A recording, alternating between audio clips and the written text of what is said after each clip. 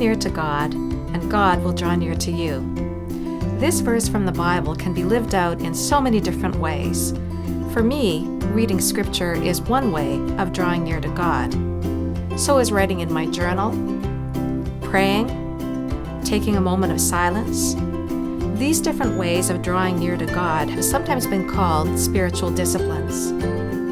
Spiritual because they can help to deepen our awareness of God's presence and help us to connect with God and with ourselves. And yet they're also disciplines because they take some deliberate time and some deliberate effort.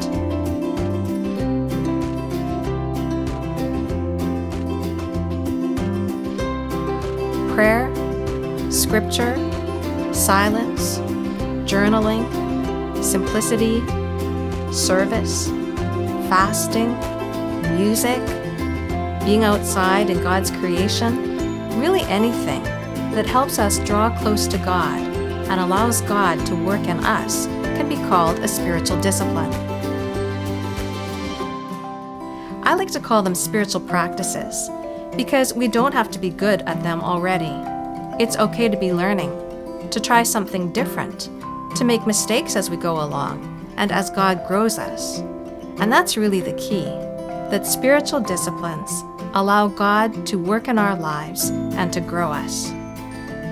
They're not about earning God's approval, as if we have to keep a list and check things off, feeling good about ourselves when we do something every day and then like failures when we don't. They're not about us earning approval. They're not about us making ourselves more faithful or more holy or more anything.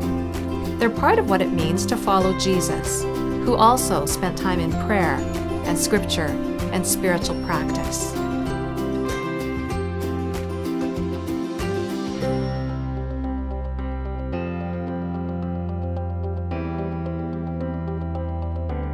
My newest spiritual practice is a once-a-week social media fast. I love connecting with people and with new ideas, and social media is a great way to do both. But I know enough about myself to know that sometimes I love all of that just a little too much. Sometimes I focus more on my social media world and not as much on the life that I'm living here and now. So once a week, I've started a social media fast from 6 o'clock on Saturday evening to 6 o'clock on Sunday evening. 24 hours as a social media free day.